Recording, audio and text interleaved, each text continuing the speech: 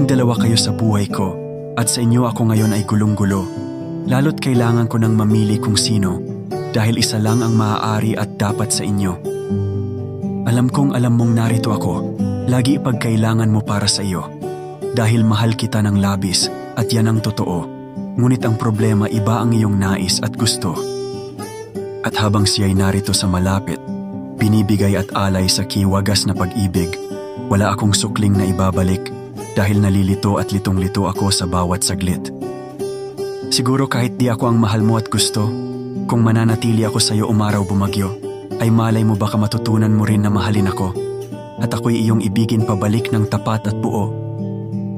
At kung sakali namang sadyang siya'y tapat, baka sakaling pagdaan ng araw sa muling pagsikat, matutunan ko rin ang ibigin siya kaysa sa lahat at makita ko na sa kanya ang aking hinahanap. Ang nais ko lang ay maramdaman ang kilig, pati maranasan ang pinapangarap na umibig, at ang lahat masuklian din ng pag-ibig na higit, na hindi matutumbasan at hindi ipagpapalit. Ngunit sino nga ba ang iibigin ko? Ikaw ba na pangarap ko at aking gusto? O siya ba na minamahal ako ng todo, ngunit hindi ko naman mahal at gusto?